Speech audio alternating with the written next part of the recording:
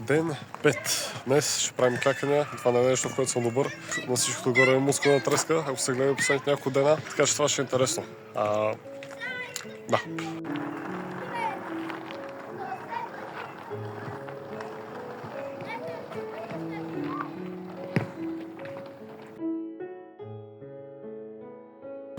Буквално само от тази серия вече ги усещам.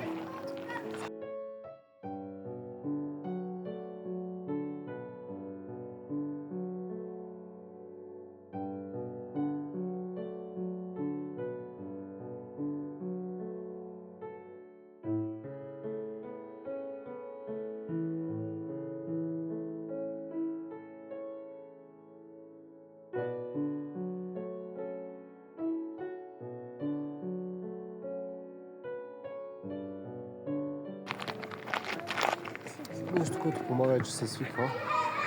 И усещам утре как ще имам супер яка мускулна треска отново. Ама след тая.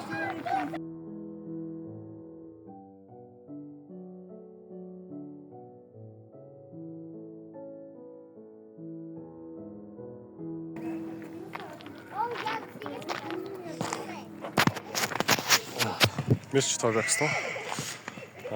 Да, толкова. Ще се видим утре.